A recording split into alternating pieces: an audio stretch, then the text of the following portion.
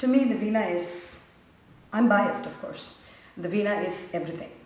Every tonal phrase that evolves from it, every single gamakam. They say, Dikshakar has said in Meenakshami Mudam Dehi, Dashak Gamaka Kriya, he even calls the Ragam Gamaka Kriya, but he also says that Veena is the source.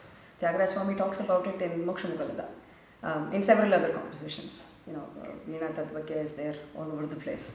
So we all know the importance of Saraswati holding herself, the goddess, the epitome of learning and arts, holding this instrument.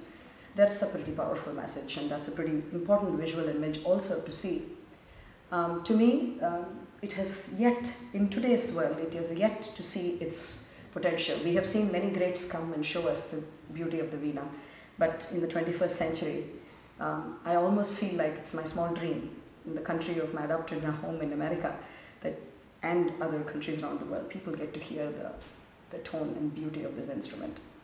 The other thing that I love about the Veena is, I think of the piano in the Western classical world as a pictorial representation of the chromatic scale.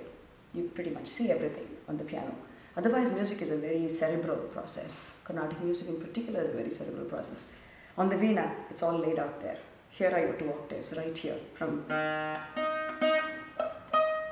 So, then there's another octave right here. So that's slightly out of tune here, but that's the weather. But anyway, so we have 3 octaves and then another half octave on the Anumandalasthai here. So the Veena shows it all the way it is. So that is a pretty powerful connection.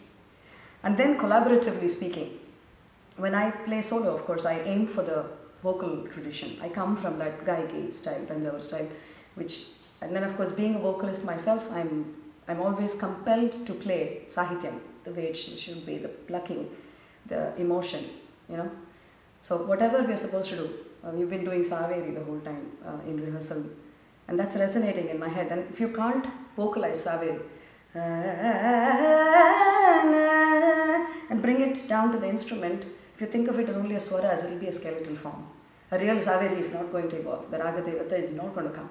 So the vocal tradition is very important, even for an instrumentalist, and particularly the Veena, you can really make it happen, is my humble opinion. And the other thing is, when ensemble performances happen, not this one is a Carnatic ensemble, so it's very different.